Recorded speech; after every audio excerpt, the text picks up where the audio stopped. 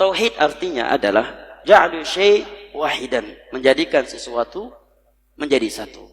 Maksud mentauhidkan Allah adalah mengesahkan Allah dalam 3 hal. Ini mohon diperhatikan karena sebagian orang ketika mendengar pembahasan tauhid, dia menganggap bahwa pembagian tauhid menjadi 3 ini adalah bentuk akidah kreditas. Ya. Ini kekeliruan. Ini bukan trinitas.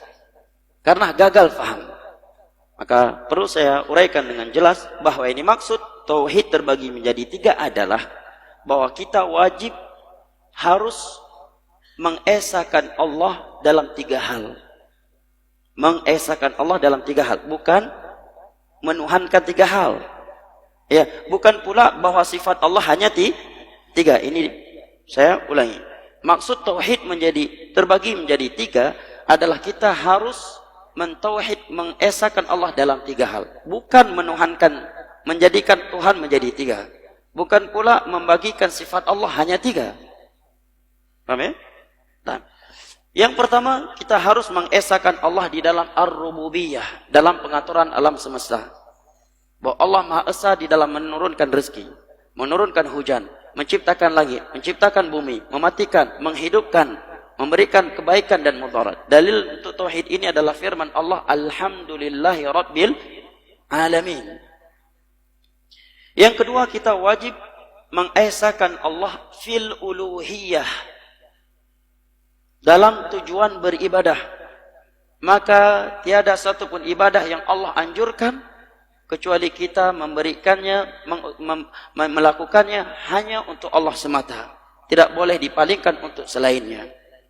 Dalilnya adalah iyyaka na'budu wa iyyaka nasta'in. Hanya kepada Engkaulah kami beribadah dan hanya kepada Engkaulah kami memohon pertolongan. Dalil yang kedua, qul inna salati wa nusuki wa mahyaya wa mamati lillahi rabbil alamin la syarika lahu wa bidzalika umirtu wa ana awwalul muslimin.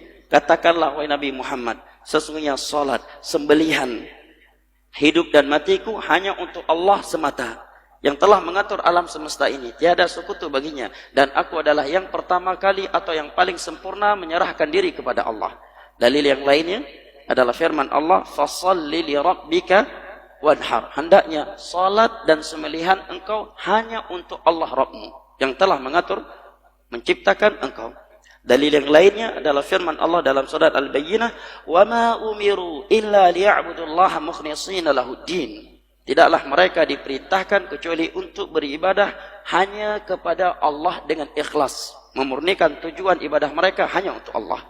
Dalil yang dalilnya adalah firman Allah di dalam surat Az-Zumar, fa'budillaha mukhlishan lahuddin. Beribadahlah engkau kepada Allah dengan mengikhlaskan, memurnikan tujuan ibadahmu tersebut hanya untuknya. Ya. Allah juga berfirman di akhir surat Al-Kahfi, "Faman kana yarju liqa'a rabbih falya'mal 'amalan shalihan wa la yusyrik bi'ibadati rabbih ahada." Maka barang siapa yang mengharapkan pertemuan dengan Allah yang merupakan Rabbnya, falya'mal 'amalan shalihan, maka hendaknya dia melakukan amalan yang saleh. Ya.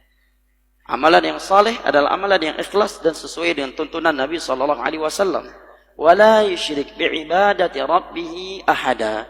Dan janganlah ia menyekutukan Allah Jalla wa'ala dengan sesuatu apapun. Dalil yang lainnya adalah firman Allah di dalam surat An-Nisa, wa'budullaha wa la tusyriku bihi syai'a. Hendaknya engkau beribadah hanya kepada Allah dan jangan engkau menyekutukannya dengan sesuatu apapun. Dengan sesuatu apapun atau dengan siapapun. Makanya Nabi SAW bersabda, man dzabah la'anallah man dzabaha li ghairillah. Allah mengutuk, melaknat orang-orang yang menyembelih untuk selain Allah. Sekarang justru itu dikatakan atau dijadikan sebagai adat budaya suatu setempat yang mesti dirayakan. Padahal itu perbuatan syirik besar yang dikutuk oleh Allah Jalla wa'ala dan sebab utama datangnya malapetaka. Nah, la'anallah man dzabaha lighairillah. Yang ketiga, kita mesti mengesahkan Allah Jalla wa'ala dalamnya adalah fi asma'ihil husna wa sifatihil ula. pada nama-nama Allah yang maha indah dan sifat-sifatnya yang maha tinggi. Dan para ulama menyatakan seseorang telah mengesahkan Allah pada nama dan sifat-sifatnya apabila dia asbata lillahi ma asbata li nafsihi minal asma'i was sifati fi kitabil aziz aw sunnati sahihati min ghairi takyifin wala tahrifin wala ta'tilin wala tamthil, yaitu dia tetapkan apa yang telah Allah tetapkan untuk dirinya dari nama-nama dan sifat-sifat yang ia tetapkan untuk dirinya dalam Al-Quranul Karim dan hadis-hadis Nabi SAW. Karena terkait sebutan nama atau sifat untuk Allah itu hanya dibangun di atas dua ini, ya, Al-Quran dan hadis, ya, Al-Quran dan hadis. Tidak masuk kias dalamnya karena ini terkait perkara gaib.